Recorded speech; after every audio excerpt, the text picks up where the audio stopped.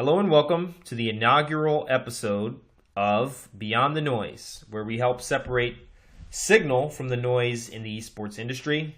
I'm Alex Fletcher, and today I actually had a totally different agenda planned, but I ended up changing it with regards to the recent Riot Games announcement of changes to their esports ecosystem, because I thought that it was incredibly pertinent to go over those changes in depth. So today's agenda, instead of doing a news roundup, will be a focus on what the announcement seems to be or is, and its potential impact across the wider esports industry.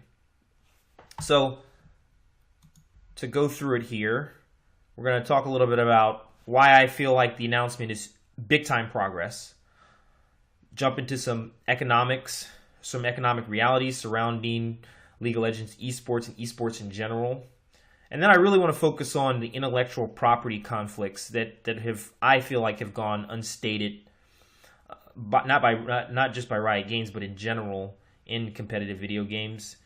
Try to understand if these are solutions or stopgaps, and then paint a picture of the future moving forward for Riot and their esports ecosystem, but also in general. So, what did the announcement say?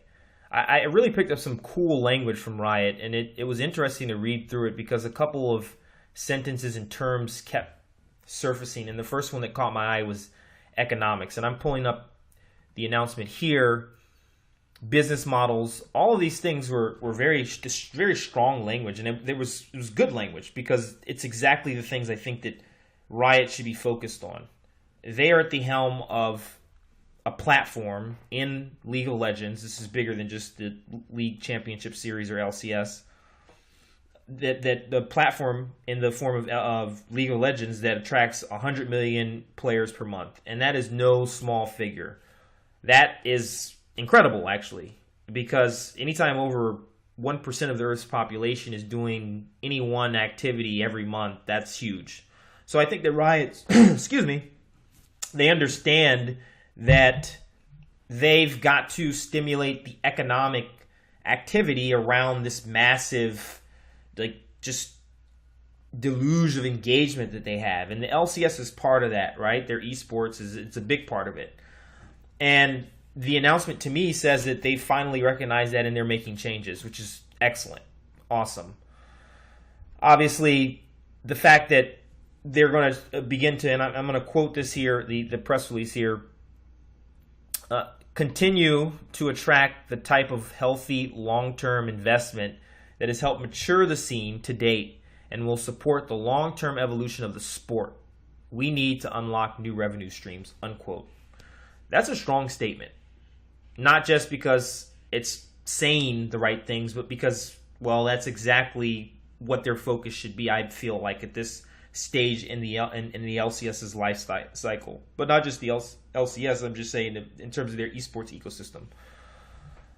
So it goes on to mention something a little bit about the vital part of the League of Legends esports economic future, which is key because really what League of Legends esports is, it's the closest to traditional sports landscape in the digital realm that we've seen thus far, and it won't be the last, but it's the first. And so tantamount to that is ensuring that there is economic stability around that, because anytime you have that sort of draw, there is going to be a number of economic realities that arise from that, and we've seen some contradictions associated with that. I think most importantly, though, the tone of the announcement sounded extremely positive, and I was really, not that I'm anybody important, but I was personally happy to read it. And we're going to go into a little bit about how and what it could mean, but in general, I feel like the picture that Riot painted in this open letter was very spot on, clear, and straight to the point. But the caveat is really, and the slide here has LCS economics, but this Riot esports economics. what are the economics for a competitive video game scene? And that's incredibly important because really when you talk about ensuring stability, whatever move you make in the near term, the biggest next question is, well, how much and for how long? Because things in esports tend to change at an incredible rate. And so whatever is instituted today may not even hold in 12 months. But most importantly, I feel like one of the angles Riot could have better addressed was really key here, and it's labor relations. So as the game publisher for League of Legends, they're in a unique position because they've created this esports ecosystem with a number of different actors, including team owners, obviously staff for some of these organizations that have teams in Riot esports leagues across the world, and then of course the players. But the labor relations are just so murky. Like, it's very clear in traditional sports. You have the owners and then you have the players. You have the the laborer and you have ownership. And they get together and they, work their differences out, to varying degrees of efficiency, but that's what it is. And there really aren't too many more complicating factors. In esports, that's not the case. And so I really, when I saw this pop up on my news feed, was hoping that the announcement entailed something about a strong definition of labor relations. Like, what is Riot Games' relationship to team owners? So it was good that they were able to go into detail in terms of what they were going to do for the teams, raising salaries for players, contributing a certain amount of money back into prize pools. But all of that will really sort itself out once you define the working economic relationship between Riot and those different actors. And it's somewhat of a theoretical exercise, but in a way it's not, because those labor relationships are going to determine how and what decisions are made further down the line. Because if in 2 years, League of Legends esports is grossing or generating 50 times what it is today, I mean, these current levels that they've instituted in this announcement or in 2016, at the end of 2016 for 2017, they aren't going to hold. So then are you going to have to go back or rather, how are you going to go back and then make changes to that? By setting forth those relations and a model for how Riot interfaces with the teams and how the teams interface with the players, I feel like everything that was put forward in this announcement of the open letter today will sort itself out in a more sustainable way.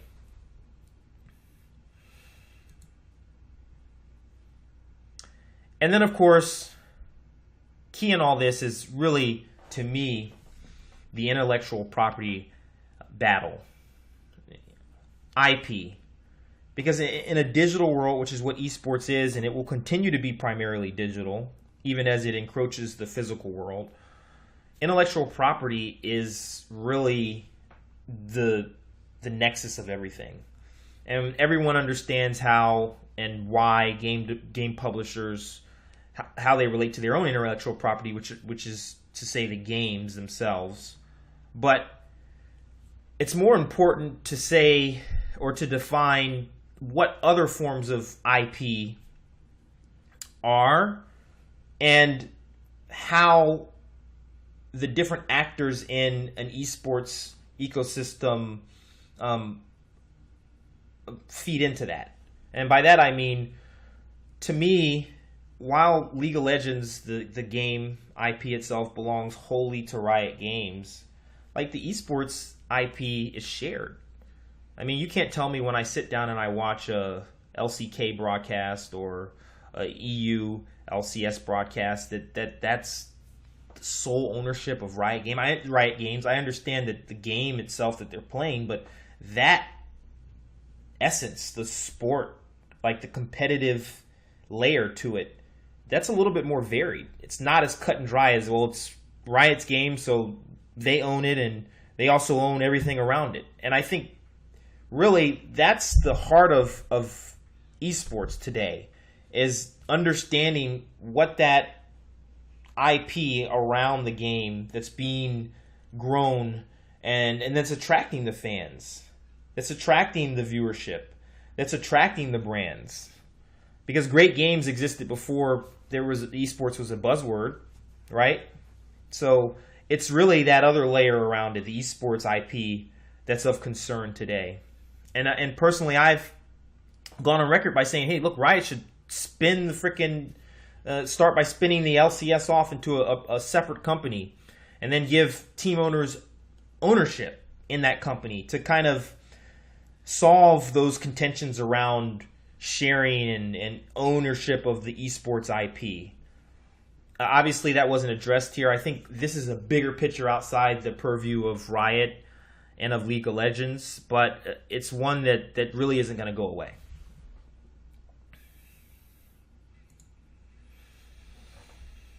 And then, of course, from my perspective, the solutions tendered by the open letter or the announcement were spot on. I'm also of the opinion that given the rate of change in the digital world and in general, but specifically with esports, that almost 90% of what was laid out today may not be applicable in 12 months' time. Just to throw this out there, there was that rumor, I don't remember how long ago it was, maybe it was like a handful of months back, that ESPN was going to buy rights to broadcast, what was it, the LCS for, what was it, $500 million? It turned out to be false. But I mean, let's just say broadcast deals come down the pipeline in the next 12 to 18 months. And it's not to say that Riot has to have a crystal ball and understand what's going to happen in the future and plan out for that. But I think that to go back to the point of defining the economic or the labor relations by doing that, they can hedge against those changes that are coming. So broadcast deals are coming, and it will one day be knocking on Riot's door.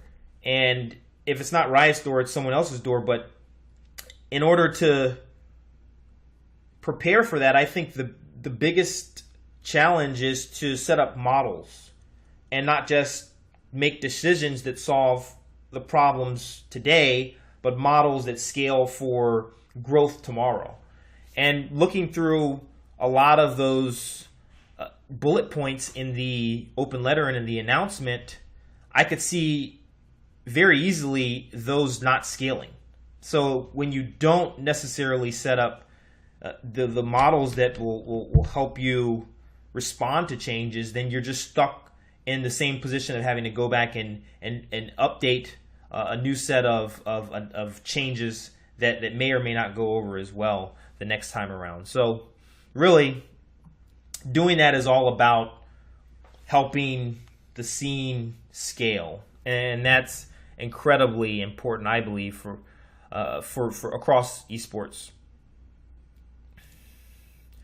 And then, of course, like, where from here? So Riot's made a lot of progress, seemingly. If they come through on these designs, a lot of good can come from it. And I think that's the takeaway, the main takeaway. But really, Riot's at the helm, like I said, of a phenomenon, in a sense, in League of Legends. And their esports scene is the largest. It's the first to scale to these heights, but it's not the last. I think that anyone in the industry not only hopes, but is seeing the trend towards similar growth trajectories. From where I sit, though, I think it's a point in time where Riot really has to exercise extreme creativity, right? In terms of how they attack this new set of opportunities. And one of their advantages, or one of their untapped resources, is partnering. Like, there are probably a number of organizations and companies that either do this same thing, or even leagues, even traditional sports leagues, who Riot Games is in a unique position to bring in as partners to help them with what they're doing. Right now, they've really been able to shoulder the load, but I think it's nearing a breaking point, because for every progress that was listed in the open letter here, it almost opens up a new can of worms.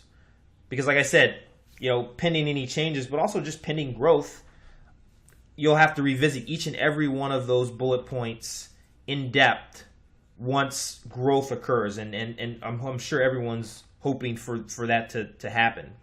So the top-down model of Riot saying, we're going to look at things, we're going to have the conversations with people, and then we're going to make a fair determination, a decision, right? It doesn't just hold for their punitive measures, right? But it also holds in terms of the future and the direction of the esports, of their esports ecosystem. So by either partnering and or just bringing more people to the table in the decision-making process is always helpful. Once again, though, I'm excited about the announcement, and I think it's going to do a lot of good. But of course, as with anything, there are just as many questions and there are just as many outstanding elements to everything that was put forward. So time is the ultimate test. We'll just have to wait and see. That's all I have for this week. I'd like to thank you guys for joining me. And feel free to shoot me any comments or questions or feedback, and I'll catch you guys later.